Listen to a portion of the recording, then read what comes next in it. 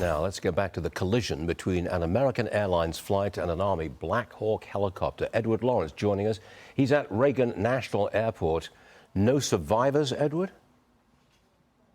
Yeah, and that's what we understand. And there was hope that this plane was not far off the ground. The helicopter was not far, about 400 feet off the ground, that there might be some survivors of this. It appears this is a recovery effort now. There are no survivors related to this. So far, officially, they found 28 people or bodies from the passenger plane, one from the military helicopter. Now, in all, there were 64 people on board that American Eagle flight coming into Reagan National Airport. There were 3 people that were on the military helicopter coming in here. Now, the American Airlines flight was 5342. It was on final approach, landing south or from the south of the airport. The collision happened over the Potomac River in fairly shallow water.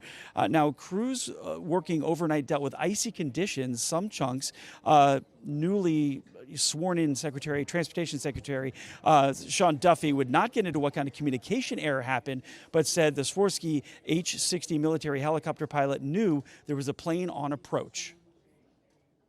The helicopter in the tower and the airline in the tower, but I will say this: there was communication.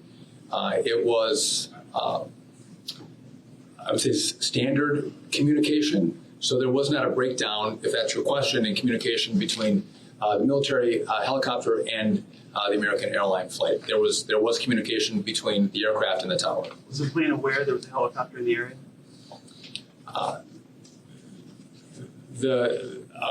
I would say the helicopter was aware that there was a plane in the area.